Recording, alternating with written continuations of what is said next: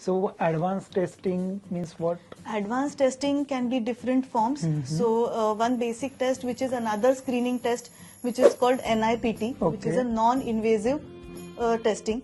So it is a blood test of the mother, but it checks the DNA of the baby in the maternal blood. Wow.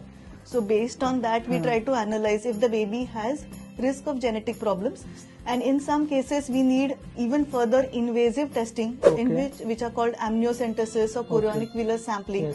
But those are done only in selected and special patients, special cases. Early anomaly scan, as I said, for recommended patient it is done. For rest of all the patients, after NT scan, a very important scan in the pregnancy, maybe if there is only one scan which has to be stressed important, then it is an anomaly scan. Wow, so anomaly scan is done, so which is called a TIFA scan. So it is targeted imaging of the fetus.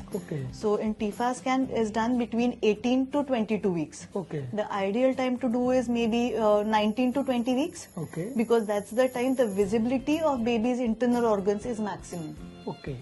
So in this scan, anomaly scan, what we look is to look for the growth of the baby, the fluid around the baby, the placenta which is developing, the umbilical cord of the baby. So these are some basic parameters which are checked.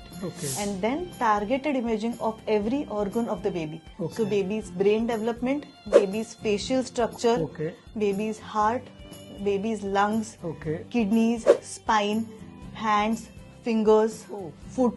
So all these organs are imaged to find out if there are any structural abnormalities in the baby.